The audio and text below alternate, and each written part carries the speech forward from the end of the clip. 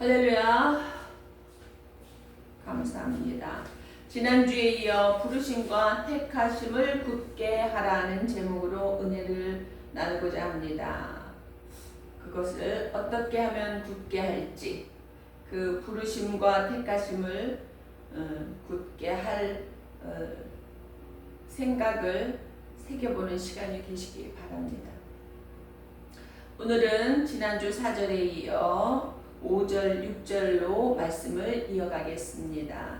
이러므로 너희가 더욱 힘써 너희 믿음의 덕을, 덕의 지식을, 지식의 절제를, 절제의 인내를, 인내의 경건을. 이러므로 접속사지요. 3, 4절의 내용과 연결된 말입니다. 3절에 보면 그의 신기한 능력으로 생명과 경건에 속한 모든 것을 우리에게 주셨으니 그러므로 너희가 더욱 힘써 너희의 믿음과 덕과 지식과 절제와 인내와 경건을 지켜나가라는 겁니다. 하나님의 신기한 능력으로 생명과 경건에 속한 모든 것을 우리에게 주셨고 보배롭고 지극히 큰 약속을 우리에게 주셔서 우리가 그 약속을 바라보고 이 정욕의 생활을 피해서 인간적인 욕심을 말하는 겁니다. 오직 삶의 욕심만을 가진 그런 생활이 아니라 신의 성품에 참여하는 자가 되게 하셨습니다. 그래서 그 다음 8가지 덕을 이루어서 신의 성품에 참여하여 영원히 자라나고 경건한 생활이 더욱 견고해져야 한다는 뜻입니다. 그러므로 그래서 여기서 믿음이라 하는 말씀은 하나님의 말씀을 마음으로 순종하고 몸으로 순종하는 온전한 믿음을 말하는 겁니다. 하나님의 좋은 말씀을 듣고 아멘 하고 그냥 지나가 버리는 것은 믿음의 온전함이 아닌 거예요. 그래서 마음에 담았으면 삶에 그것이 드러나야 되는 것입니다. 믿음은 말씀을 들으면서 나며 로마서 10장 17절의 말씀이죠. 그 말씀을 행함으로 온전한 믿음이 된다고 성경이 분명히 말씀하셨습니다. 야고보서 2장 22절에 보면 내가 보거니와 믿음이 그의 행함과 함께 일하고 행함으로 믿음이 온전케 되었느니라. 우리가 믿음 그러면 믿음 따로 삶 따로예요. 마음과 삶이 일치하지 않는 것은 온전한 믿음이라고 할 수 없다라고 성경이 분명히 말씀하고 있습니다. 그래서 26절에는 그러므로 행함이 없는 믿음은 죽은 믿음이다라고 아주 결정적인 결론을 내어버렸어요. 야고보서에 보면 살아있는 믿음은 비록 겨자씨와 같이 작아도 그 안에 생명력이 있기 때문에 하나님의 명령만 있으면 그 명령을 순종하여서 태산을 옮겨 바다에 던지울 수도 있다라고 예수님께서 말씀하신 거예요. 그 믿음이라는 것이 정말 내 안에 겨자씨만큼만 있다 할지라도 그런데 그 믿음의 일들이 일어나지 않는다? 겨자씨만한 믿음도 없다라는 얘기잖아요. 그 안에 생명력이 없다는 거예요. 그러니 야고보가 그런 믿음이 행함이 없는 믿음은 죽은 믿음이다 라고 결론을 지어버린 겁니다. 하나님의 말씀이 없는데 어떤 사람이 믿사오니 이런 말들 잘하지요. 믿습니다. 입술만 믿어요. 마음은 안 믿어요. 행실도 안 믿어요. 믿음이 보이지 않아요. 그런데 뽕나무야 태산아 옮겨져라 한들 그것이 옮겨지겠냐는 겁니다. 그거는 맹신이에요. 그리고 미신이에요. 그런 이상한 짓들 하고 거짓하고 사기하고 그래서 기독교가 개독교라고 불려지는 일들이 종종 있잖아요. 믿음이 바로 서지 않은 채 옳은 행실에 모범이 없는 채 세상에 기독교라고 드러난단 말이에요. 그런데요, 예수님께서 십자가에서 그 피와 물을 다 흘리시고 우리를 구원해 주셨어요. 예수님은 생명을 우리에게 주셨는데 우리는 우리의 잘못된 믿음과 행실로 예수님께 모욕을 돌려드리는 삶을 살더라는 겁니다. 그러므로 말씀대로 믿고 말씀대로 순종할 때 하나님께서 역사하시고 그 말씀대로 이루어 주시는 겁니다. 아멘. 믿음의 덕을 성경에서 말씀하는 덕이나 세상에서 말하는 덕은 사랑과 긍휼 똑같습니다. 믿음만 있고 덕이 없는 사람은 뼈만 있고 살이 없는 사람과 같은 거예요. 완전하지 못해요. 뼈가 걸어다니면 그게 사랑입니까? 믿음으로 세워졌으면 거기에는 이제 덕을 입혀서 살을 입혀서 아름다운 형상을 갖출 수 있어야 하는 겁니다. 덕 있는 사람이 되려면 인격적이고 선한 마음이 있어야 해요. 사랑은 인간을 존중하는 마음입니다. 그게 사랑입니다. 긍휼한 마음은 사랑하니까, 긍휼히 여기는 마음은 사랑하니까 매정할 수도 없고 악독하게 할 수도 없는 거예요. 그것이 우리를 긍휼히 여기는 하나님의 마음인 겁니다. 그래서 하나님께서 우리가 그렇게 생명을 구원해서 구원의 반열에 세워주고 잘 살아라 해도 그냥 죄 가운데 살아가는 우리를 어떻게 하지를 못하셔서 그냥 바라보시고 화가 나셔도 그냥 에쿠 요놈 하고 꿀밤 한 대 주는 정도의 정말 훈계를 하실 정도지 우리를 죽여버리시지 않잖아요. 회개하고 제발 돌아오라고 기다려주고 여전히 기다리고 계시잖아요. 그게 하나님의 긍휼히 여기심입니다. 왜냐하면 사랑하기 때문에 그 사랑이 바로 덕인 겁니다. 사랑해서 어쩌지 못하고 기다리고 참고 인내하고 봐주는 거예요. 그게 바로 덕인 겁니다. 인간을 사랑하는 마음, 피차 사랑하는 마음, 그게 덕망인 거예요. 그 덕이 쌓여서 믿음의 성장을 또 이루어 나가는 겁니다.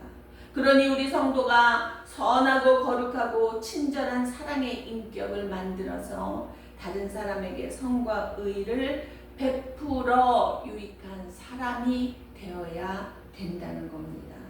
그게 믿음의 덕을 더하는 삶인 겁니다. 그 덕에 이제는 지식을 더해야 합니다. 성경 말씀에 근거한 올바른 지식을 말하는 겁니다. 지식이 없으면 마귀에게 속아서 바른 신앙의 길이 무엇인지를 알 수가 없어요. 그래서 사단의 시험에 빠져서 이단에 빠지고 사이비에 빠지고 그러는 거예요. 사람은 참 좋은데 이단에서 헤어나오질 못해요. 그게 진리라고 알고 있다? 그건 지식이 없는 거죠. 하나님의 다른 지식, 말씀의 지식을 바로 알고 있지 못한 거예요. 예수님께서도 제자들에게 말씀하세요. 너희가 이 세상을 살아가는 동안에 뱀같이 지혜롭고 비둘기같이 순결하라. 뱀은 뭐예요? 우리가 상징으로 사단이에요. 그런데 사단처럼 지혜로우라? 그렇게 말씀하신 건 아니죠. 지혜를 배우라는 거예요. 어떤 분이 신천지를 인정하는 이유가 신천지가 부흥하기 때문이래요. 이해가 좀 안 되는 이론을 가지고 계신데, 뱀같이 지혜로우라는 것은 뱀이 되라는 얘기가 아니에요. 그에게 그 지혜가 있으면 그 지혜를 배울 뿐이지 뱀이 되라는 얘기는 아니잖아요. 그런데 신천지를 그래서 받아들이고 그 밑으로 들어간답니다. 말이 되는 얘기예요. 예수님이 정말 통탄하실 일입니다.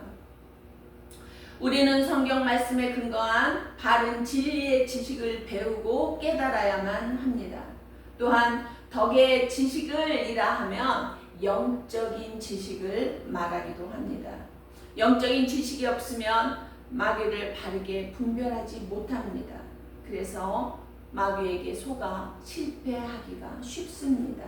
그러므로 성도가 성령의 뜻인가 마귀의 뜻인가 바로 분별하고 영적인 것인가 육적인 것인가를 바르게 분별할 수 있는 영적 지식이 있어야 합니다.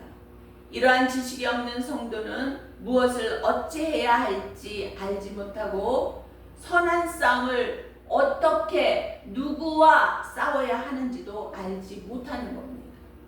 그러니 하나님을 아는 지식이 있어야 되매 호세아 선지자를 통해 하나님께서 통탄을 하세요. 내 자녀들이 내 백성들이 나를 아는 지식이 없어 망하는구나. 하나님을 아는 지식을 바로 세워나가지 못하면 마침내 망합니다. 그 뱀같이 사악한 사단 마귀들이 가만두지 않아요. 어떻게 한다 그래요? 이 문 앞에서 입을 벌리며 삼킬 자를 찾아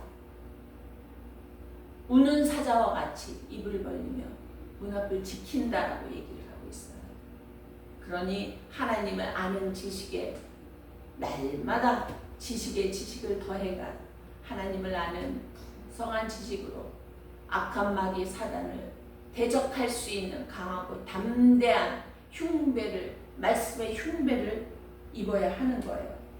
그 다음 지식의 절제의 인내를 절제의 인내 자기를 처복종하며 끝까지 견디는 것. 인내는 어려운 것을 잘 참고 견디는 겁니다. 그래서 어떤 문제가 있으면 막 뛰어넘으려고 애를 쓰기보다는 그냥 버티고 있어요. 그러면 지나갑니다. 그런 얘기 있죠. 개가 짖어도 기차는 지나간다. 그 인내를 정말 끝까지 이루어내는 저와 여러분 되기를 바랍니다. 그리고 거기에는 경건을 더해야 합니다. 그저 인내가 시간만 지나가라 이때만 지나가라 그게 아니라 그 인내하는 중에도 나의 경건함을 유지하고 더욱 경건하고 세속에 물들지 않도록 나를 하나님 앞에 바로 세워나가야 되는 겁니다. 경건은 성도에게 있어서 피에 비유할 수 있습니다. 피는 생명이잖아요. 경건이 없으면 영적 생명이 없는 것과 같습니다. 말 함부로 하고 행동 함부로 하고 그리고 믿음의 삶이다라고 하면 바로 거기에서 기가 개로 바뀌는 일이 일어나는 겁니다. 그런데 이제 경건을 세웠으면 형제 우애도 세워나가라고 합니다. 형제 우애는 필러 또는 필라델피아라고 말합니다. 미국에 있는 어느 주의 이름이죠. 믿는 형제는 그리스도의 한 피로 중생했습니다. 그리스도의 한 생명을 받았으므로 영적 생명에서 자연히 형제의 사랑을 나누게 되는 겁니다. 그래서 우리 믿음 안에서 다 형제님, 자매님 이렇게 호명하잖아요. 그래서 교회에서 참 아름다운 모습이요. 교회는 쌀이 안 떨어진다. 며칠 전에 들은 얘기예요. 우리 교회는 쌀이 안 떨어진다. 그러니까 누가 배고플 새 없이 그냥 뭐가 부족하다 그러면 갖다가 막 채워주는 거예요. 얼마나 아름다운 모습이에요. 그런 모습들이 교회 안에는 아직 있다라는 게 너무 감사합니다. 교회 갔다가도 제가 아직도 그 옷을 가지고 있는데 필리핀에서 돌아와가지고 너무너무 겨울에 왔는데 여름이잖아요. 거기는 여름 나라잖아요. 근데 겨울 나라 한국에 왔는데 1월 11일 날 왔는데 며칠 후에 아주 70년 만인가 뭐 그런 대한파가 몰려왔습니다. 호흡을 할 수가 없어요. 제가 느끼기에 그냥 이렇게 호흡을 하면 그 한기가 이 배꼽 밑에까지 다다르는 것 같아요. 그 한기가. 그리고 독감에 걸려서 아주 죽다 살아났는데 그때 제가 너무 추워서 힘들어하는 걸 보고 어느 사모님이 자기가 입던 무스탕 그 몇십만 원짜리 무스탕을 턱 벗어서 저한테 입혀주시더라고요. 아우 저 부담스러워서 아우 안 받는다고 그래도 그냥 막 강제로 입혀주셔서 제가 그 사랑을 마음에 간직하고 아직 못 입는데도 지금 옷장에 그냥 늘 가지고 있습니다. 그런 사랑이에요. 형제의 사랑이. 내 것 아까워서 이렇게 감추는 사랑이 아니라 너의 필요를 보면 내가 기꺼이 줄 수 있는 그런 사랑들이 우리 아직 교회 안에 크리스찬들의 형제들, 믿음의 형제들 안에 있다라는 겁니다. 그게 바로 예수의 마음이에요. 그래서 예수님께서 말씀하시잖아요. 내가 감옥에 있을 때 찾아와서 참 고맙다. 내가 배고플 때 네가 음식을 나눠줘서 참 고맙다.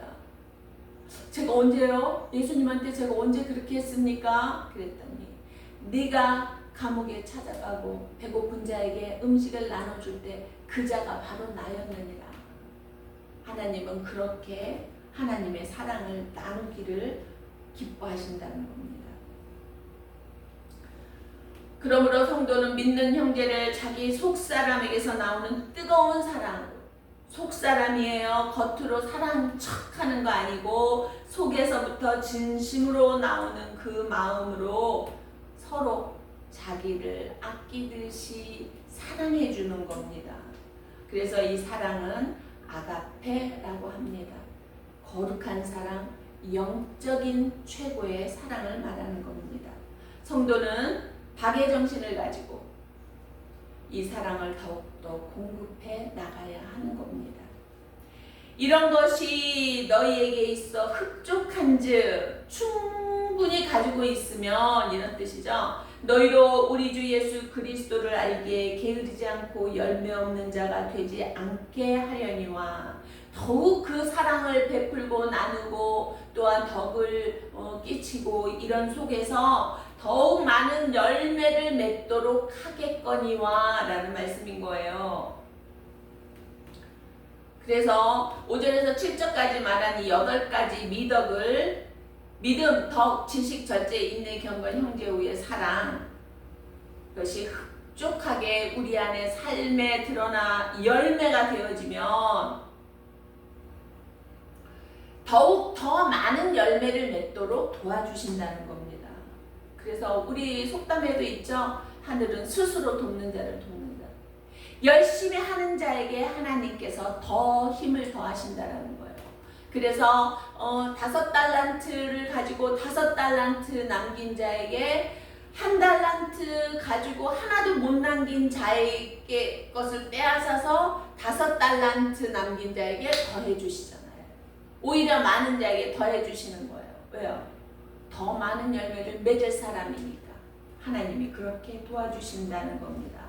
그러나 이런 것이 없는 자는 소경이라 멀리 보지 못하고 그의 옛죄를 깨끗하게 하심을 잊었느니라. 성도는 예수님의 재림과 천국에서 받은 상급을 바라볼 수 있는 눈을 가져야 합니다. 그리고 예수 그리스도를 믿음으로 자기의 더러운 죄를 다 씻었고 깨끗하게 된 것을 생각하면서 항상 감사해야 하는데 그러지를 못할 때가 너무도 많아요. 불평할 때가 너무 많잖아요. 성도는 넓은 안목을 가지고 예수님의 재림까지도 바라보고 죄 사함 받은 것에 항상 감사하면서 이 8가지 덕목을 잘 지켜 행해서 힘써 지켜나가야 합니다. 이런 것들 믿음의 열매가 없는 자들 이런 것들이 없는 자들 이게 뭐냐면 그 믿음의 열매가 없는 자들은 소경이라 보지 못하는 거다. 그 말씀을 하신 겁니다. 10절에 보니까 그러므로 형제들아 더욱 힘써 너희 부르심과 택하심을 굳게 하라. 오늘의 주제죠. 그러니 이러한 것들을 더하신 그 예수 그리스도의 사랑을 기억하고 그 너희를 그 죄 가운데서 불러주시고 택하셔서 믿음의 반열에 구원의 반열에 세우신 그것을 감사함으로 더욱 굳건히 지켜나갈 수 있도록 언제든지 행실로서 실족하지 아니하고 굳건할 수 있도록 지키라는 거예요. 그 지킬 의무가 우리에게 있는 거예요. 예수 믿어요? 아멘 할렐루야 끝? 아니라고요. 그 행실을 지켜내야 하는 겁니다. 열매를 맺어가는 삶을 살아야 되는 겁니다. 이같이 하면 우리 주 곧 구주 예수 그리스도의 영원한 나라에 들어감을 넉넉히 너희에게 주시리라. 아시겠죠? 이렇게 살아가야 한다라는 거예요. 우리 그냥 룰루랄라 할렐루야 아멘 끝 아니라고요. 마음에서 그리고 행실에서 하나가 되는 일치하는 믿음의 삶의 모습과 열매가 있어야 된다는 겁니다. 그래서 오늘 제목 부르심과 택하심을 굳게 하는 저와 여러분 되시기를 주님의 이름으로 축복합니다. 기도하시겠습니다. 사랑의 하나님 아버지 감사합니다. 오늘도 말씀에 이어 부르심과 택하심을 굳게 하라는 그 제목으로 은혜를 나눴습니다. 정말 저희들이 하나님을 아는 지식과 그 사랑의 감동이 식어지지 아니하고 잊혀지지 아니하고 어리석지 아니하고 지혜롭지 못함에 거하지 아니할 수 있도록 성령 충만함으로 깨닫고 또한 깨달아서 아버지 하나님을 더욱 사랑하고 찬양하며 주변을 돌아보고 성령의 열매를 맺어가는 삶 잘 살아서 천국에 넉넉히 들어가는 믿음의 자녀들이 다 되어질 수 있도록 도와주시옵소서. 감사드렸고 예수 그리스도의 이름으로 기도합니다. 아멘.